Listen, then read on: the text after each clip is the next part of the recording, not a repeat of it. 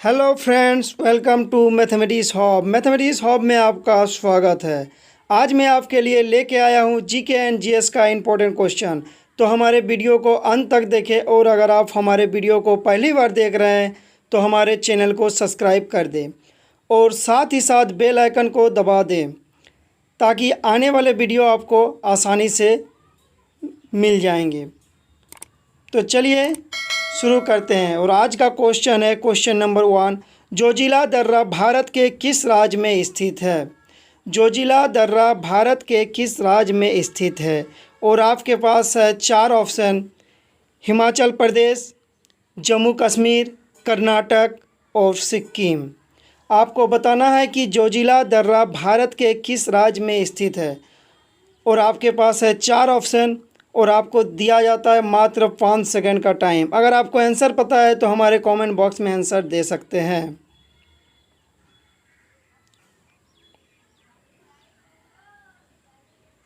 आपका समय समाप्त हुआ और इसका आंसर होगा ऑप्शन नंबर बी, यानी कि जम्मू कश्मीर। जोजिला दर्रा भारत के जम्मू कश्मीर में है। Question number next. हैजा रोग किसके कारण होता है? आपको बताना है कि हैजा रोग किसके कारण होता है और ऑप्शन है विषाणु, प्रोटोजोआ, जीवाणु, फंगस। आपको बताना है हैजा रोग किसके कारण होता है और आपके पास है 4 ऑप्शन। तो your time start now.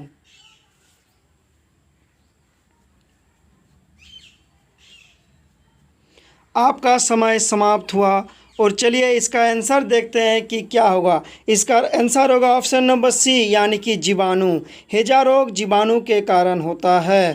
Question number 3। Almaty बांध कृष्णा नदी पर किस राज्य में स्थित है? जो अलमाटी बांध है वह कृष्णा नदी पर है, वह किस राज्य में स्थित है? और आपके पास ऑप्शन है असम, गुजरात, उड़ीसा और कर्नाटक।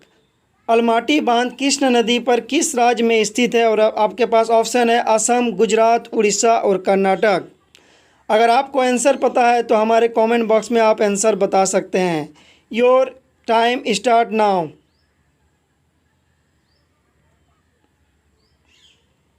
आपका समय समाप्त। अब देखिए इसका आंसर देखते हैं। इसका आंसर होगा ऑप्शन नंबर डी, यानी कि कर्नाटक। अब नेक्स्ट क्वेश्चन है क्वेश्चन नंबर 4। किस देश को पहले निप्पन के नाम से जाना जाता था? किस देश को पहले निप्पन के नाम से जाना जाता था? आपके पास ऑप्शन है जापान, चीन, वियतनाम, श्रीलंका। किस देश को पहले निप्पन के नाम से जाना जाता था? अगर आपको पता है तो आप हमारे कमेंट बॉक्स में आंसर दे सकते हैं। तो चलिए आपका समय शुरू होता है।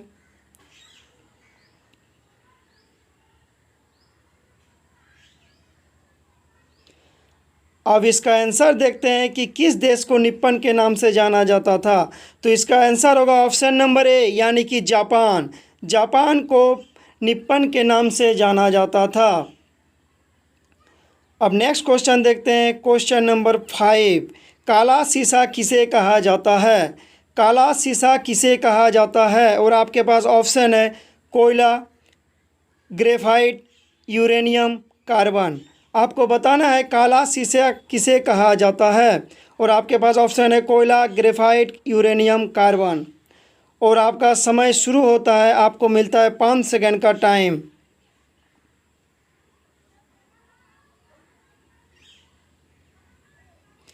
अब इसका आंसर देखते हैं। इसका आंसर होगा ऑप्शन नंबर बी, यानी कि ग्रेफाइट। ग्रेफाइट को काला शीशा कहा जाता है। अब क्वेश्चन नंबर 6। किस गैस को मार्स गैस कहा जाता है? आपको बताना है किस गैस को मार्स गैस कहा जाता है। आपके पास ऑप्शन है मीथेन, हाइड्रोजन, मोनोऑक्साइड और हीलियम। अगर आपको आंसर पता है तो हमारे कमेंट बॉक्स में आप आंसर दे सकते हैं। तो चलिए इसका आंसर देखते हैं। इससे पहले आपको टाइम दिया जाता है 5 सेकंड के लिए।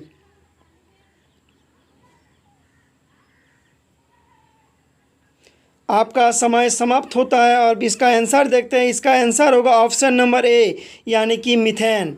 मार्स गैस मीथेन को कहा जाता है। अब क्वेश्चन नंबर 7। इंदिरा गांधी का समाधि स्थल क्या कहलाता है? इंदिरा गांधी का समाधि स्थल क्या कहलाता है? और आपके पास ऑप्शन है राजघाट, शांति वन, शक्ति स्थल और महाप्रयाण घाट। आपके पास ऑप्शन है राजघाट, शांति वन, शक्ति स्थल और Mahaprayan Ghat. Your time start now.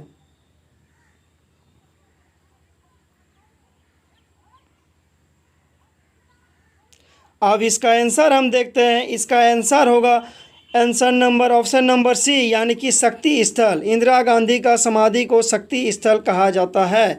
अब क्वेश्चन नंबर 8, भारत छोड़ो आंदोलन किस वर्ष हुआ?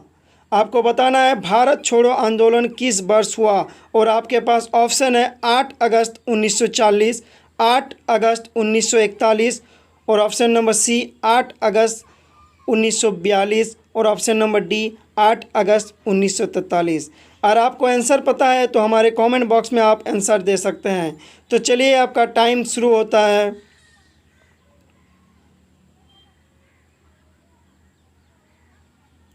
आपका समय समाप्त हुआ और अब इसका आंसर देखते हैं। इसका आंसर होगा ऑप्शन नंबर सी, यानी कि 8 अगस्त 1942।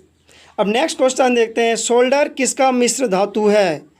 सोल्डर किसका मिश्र धातु है? और आपके पास ऑप्शन है Cu और Sn, option number B Cu और Zn, option number C NiCu और Zn और ऑप्शन नंबर डी Pb और Sn। और आपको आंसर पता है तो हमारे कमेंट बॉक्स में आप आंसर दे सकते हैं। तो चलिए आपका समय शुरू होता है।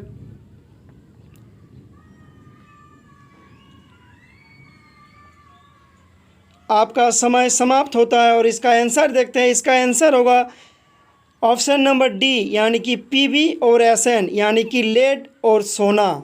सोल्डर इसका मिश्र धातु है। नेक्स्ट क्वेश्चन, क्वेश्चन नंबर 10, किस वस्तु की गतिज ऊर्जा और स्थितिज ऊर्जा को एक साथ क्या कहा जाता है? किसी वस्तु की गतिज ऊर्जा और स्थितिज ऊर्जा को एक साथ क्या कहा जाता है? ऑप्शन नंबर ए रासायनिक ऊर्जा, ऑप्शन नंबर बी पेशीय ऊर्जा, ऑप्शन नंबर सी स्थितिज ऊर्जा और ऑप्शन नंबर डी यांत्रिक ऊर्जा। और आपको मिलता है 5 सेकंड का time. Your time start now.